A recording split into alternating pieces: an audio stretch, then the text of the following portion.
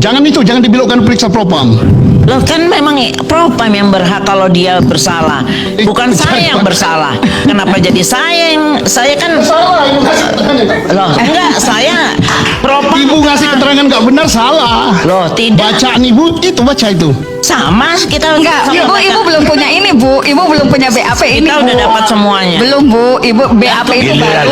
Giliran. Kita mulai dari perencanaannya sudah ada, Pak. Itu Kalau di kita dalam BAP para merencana- tersangka, Ibu.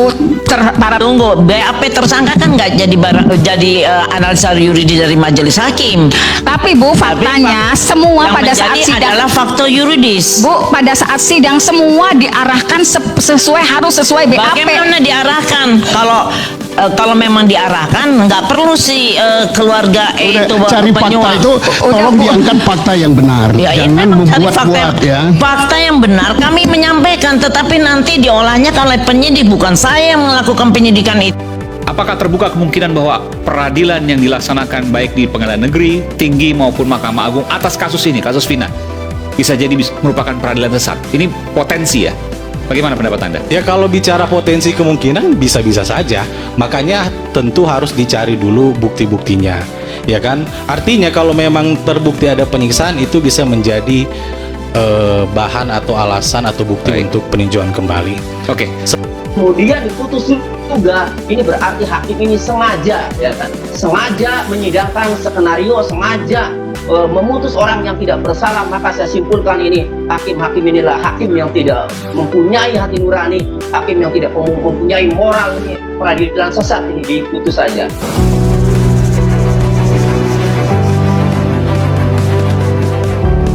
Bismillahirrahmanirrahim. Halo guys, assalamualaikum warahmatullahi wabarakatuh.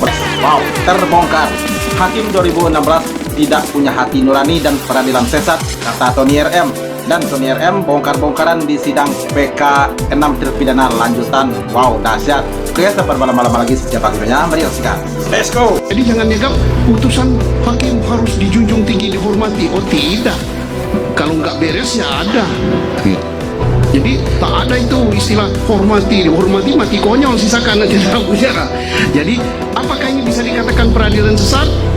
Mahasiswa jawab. Menghadiri sesuatu bukan perkara itu sesat apa enggak? Ya sesat dong.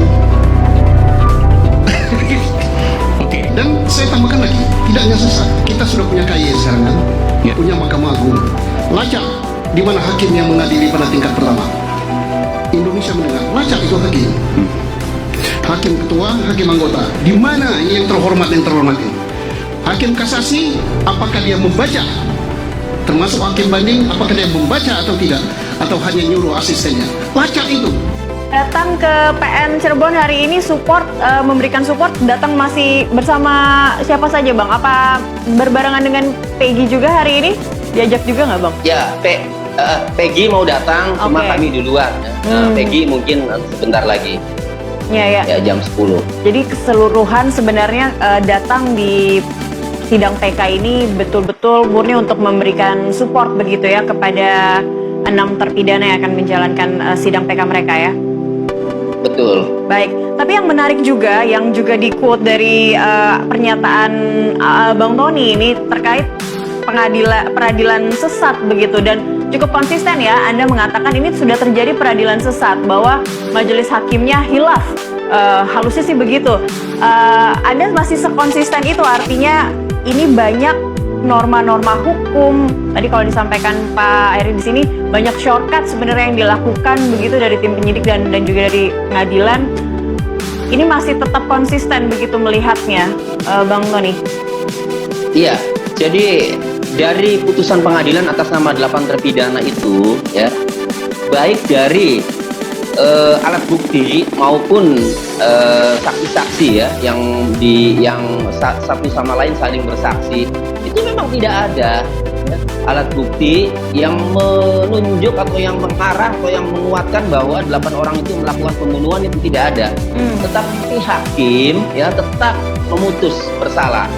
Dan yang lebih kelihatan lagi kan ada 6 handphone yang disita sebagai barang bukti. Dalam putusan pengadilan itu ada dalam amarnya itu menyatakan barang bukti berupa diantaranya 6 handphone ya. Kemudian ada CCTV, kemudian ada bambu yang digunakan untuk menghantam korban. Bambu tidak pernah dilakukan sidik jari, sehingga itu siapa yang megang dari 8 orang yang disidangkan itu siapa yang megang bambu itu kan sulit ya disimpulkan kalau tidak ada pembuktian ya secara saintifik. Nah kan teknologi sudah canggih 2016, kenapa tidak dilakukan? Kemudian CCTV, baik dari keterangan Gugun Gumilar maupun Dodi Irwanto, mereka mengecek CCTV di lokasi kejadian, namun belum dibuka. Kemudian ditemukan satu sperma di dalam tubuh Pina, tetapi tidak dilakukan tes DNA. Sperma itu digunakan untuk menghukum 7 orang yang menurut hakim terbukti melakukan persetubuhan. Kan ini sangat janggal, kelihatan sekali seorang hakim. Hakim itu hati-hati loh. Hakim itu ketika ada satu saksi saja, ya, yang mengetahui bahwa pelaku itu, terdakwa itu tidak ada di TKP, terdakwa itu ada sama saya, ya. Harusnya hakim itu ragu. Nah, ini terjadi. Sidangnya Sakatatal, Sadikun, ya, saksinya, dan Muhammad Irfan mengatakan Sakatatal itu dari jam 10, dari jam 8 kemudian ke bengkel, kemudian jam 10 pulang ke neneknya, itu bersama Sadikun dan Muhammad Irfan sampai pagi. Itu artinya saksi yang membuat hakim ragu untuk memutus, tapi diputus juga. Nah, jadi dari alat bukti yang tidak mengarah, tidak kuat, saksi-saksi juga menerangkan ada keraguan bagi hakim untuk memutus bersalah, tapi kemudian diputus juga. Ini berarti hakim ini sengaja, ya kan? Sengaja menyidangkan skenario, sengaja memutus orang yang tidak bersalah. Maka saya simpulkan ini hakim-hakim inilah hakim yang tidak mempunyai hati nurani, hakim yang tidak mempunyai moral. Ini peradilan sesat, ini diputus saja. Baik, peradilan tetap konsisten menyebut ini peradilan sesat. Oke, mantap. Betul, setuju ya. Hakim yang nggak punya hati nurani, yang nggak punya moral, dan ini merupakan peradilan sesat, kata Tony RM. Kita setuju itu ya. Sebab dibandingkan apa yang terjadi saat ini, pengakuan-pengakuan mereka, lalu pembelaan-pembelaan terhadap mereka saat ini itu berbalik arah dibandingkan apa yang terjadi tahun 2016 silam kan. Sepertinya tahun 2016 silam seperti tidak ada harapan buat mereka. Sedangkan saat ini, waduh, luar biasa.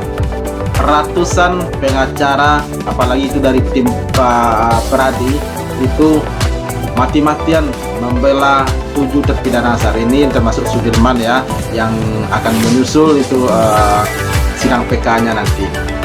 Luar biasa.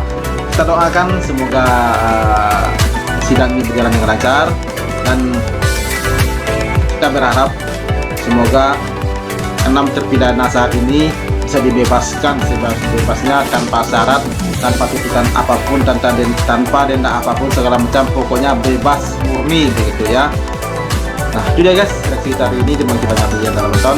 Kita doa sampaikan di kolom komentar bagi yang ingin berkomentar, dan berjumpa lagi di episode berikutnya. Thank you.